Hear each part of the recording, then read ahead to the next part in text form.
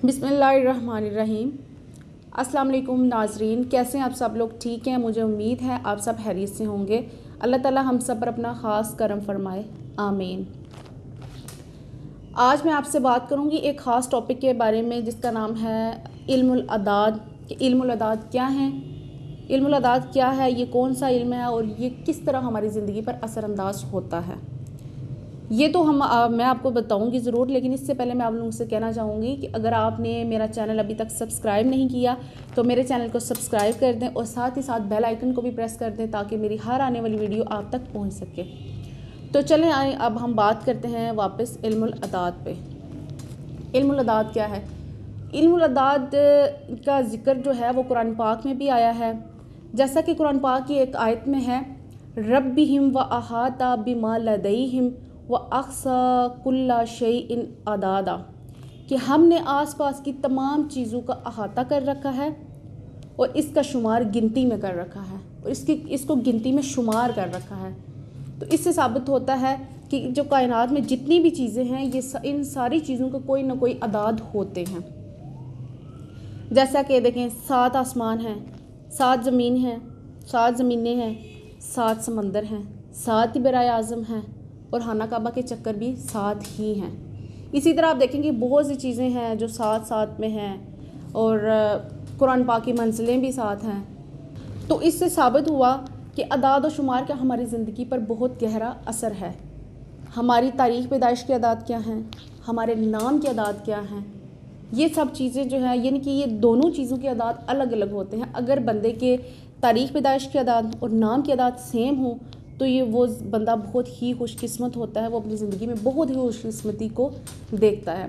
जैसा कि मैं आप लोगों को एक मिसाल देती हूँ कि जैसा कि आप लोगों ने सुना होगा कि बाज़ टाइम जो है वो बच्चे का अगर नाम रखा जाए तो बच्चा बहुत ज़्यादा बीमार रहना शुरू हो जाता है, तो फिर लोग कहते हैं उसको कि आप इसका नाम चेंज करें तो ये ठीक हो जाएगा।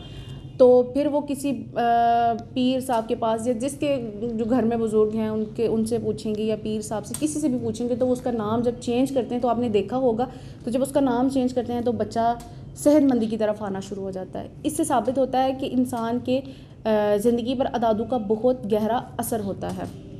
और कुरान पाक की एक और सूरत है सूरह रहमान, जिसमें अल्लाह ताला ने फरमाया है कि सूरज और चाँद अपने अपने मुकर्ररा हिसाब से चलते हैं और बैलें और दरख्त सजदा करते हैं। अब ये सजदा कैसे करते हैं ये सिर्फ अल्लाह ही जानता है। तो जब सूरज और चाँद अपने अपने हिसाब अपनी मुकर्ररा मुद्दत के लिहाज से वो चक्कर लगाते हैं, कभी भी दिन रात से पहले या रात दिन से पहले नहीं आ सकता, ऐसा कुरान पाक में लिखा हुआ है। आप चाहें तो सूरह रहमान को तर्जुमे के साथ पढ़ें तो आपको इंशाल्लाह ज़रूर पता चलेगा। तो जिस तरह सूरज की मंजिलें होती हैं वैसे चाँद की भी मंजिलें होती हैं। तो मैं आपको इस वीडियो में बताऊंगी सूरज की हवाले से थोड़ा बहुत कि सूरज की जो है, सूरज एक साल में 12 बुर्ज का चक्कर लगाता है। इसका जो पहला चक्कर है ये शुरू होता है 21 मार्च वाले दिन।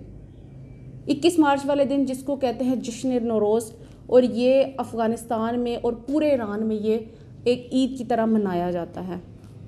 तो ये जो है इसका जो पहला चक्कर है ये शुरू होता है 21 मार्च वाले दिन और ये होता है बुर्ज हमल। तो इसी तरह मैं आपको आगे जो है बुर्ज के बारे में बताती रहूँगी। मैं आपको ये भी बताऊँगी कि आपके नाम का अदाद क्या है, आपकी तारीख़ पैदाइश की अदाद क्या है और आपका कौन सा बुर्ज है और आपका बुर्ज के लिहाज से कौन सा सितारा है और आप कौन सी ऐसी कुरानी आयत पढ़ें कि जिसके पढ़ने से आपकी ज़िंदगी के छोटे छोटे मसाइल जो हैं वो हल हो जाएं। और मैं आपको ये भी बताऊंगी कि आपके नाम के इसमें आज़म क्या है।